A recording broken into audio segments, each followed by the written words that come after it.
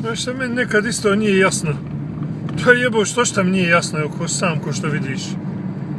Kako vole ljudi, ne znam ni ja, recimo, ajmo reći, beze nešto kupe za obuć ili tako nešto i onda tebi dođe i kaže valja, jel je ovo super što sam kupio? Pa pazi, ti si fin čovjek, ja sam si, ne moraš reći nekome to, reći šta ti glumiš, ovo ono i tako dalje, ne možeš reći sada jebi ga da mu kažeš, ne znam, ne valja ovo ono, ti bi njemu najradije rekao, ali isto si fin, nezgodno ti reći gdje si to kupio, da ne idem u taj dio grada sad jedno par sedmica dok se to ne rasproda.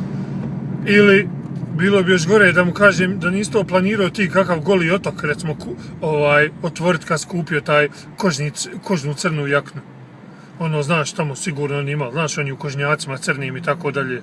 Pa ne moraš mu tako reći, gdje si neki možda otok kupio, poče da otvori Goli, obučeni, kakav hoćeš otok, ne moraš ti Goli otvoriti. Ti bilo kakav otok otvoriti i tako dalje.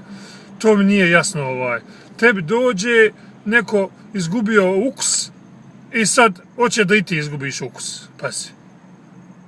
To mi nikako nije jasno. Pa ne moraš drugima želiti nešto ako ti tebi se to nešto desilo i šta ja znam i onda tebe pita to.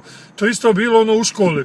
Kad ti dobiješ keca i sad ti jebi ga dođeš i kažeš što bi ja volio sad da pol razda dobije keca zato što si ti dobio keca. Pa kako ćeš tako jebu? Ti si dobio keca i zdravo, kako ćeš sad želiti još ona raja sad tvoja dobio keca i to. Odmansko fol ti nešto ošćaš, pa dođeš kući staroj, dobio sam keca, znaš kako, šta je bilo, znaš, no stara se sva sjebala, znaš, sad čeka još jedan odgovor pa da stara u ring uđe.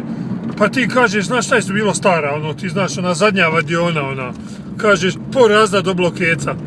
A stara kad to čuje taj odgovor bolje da šutio, stara odmah, sad što ja razbit za pol razda i odmah te aperkatom odozdo i jebi ga, ne znam nija kako se preživilo, ali evo živo se i zdravo se aperkat dobar. Tako da mislim ne kontam, uopšte te ljude ne kontam.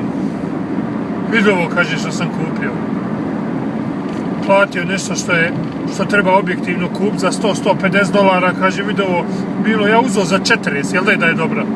Pa koliko si ga i platio, tako ti je. Šta ćeš? Svak gleda po sebi.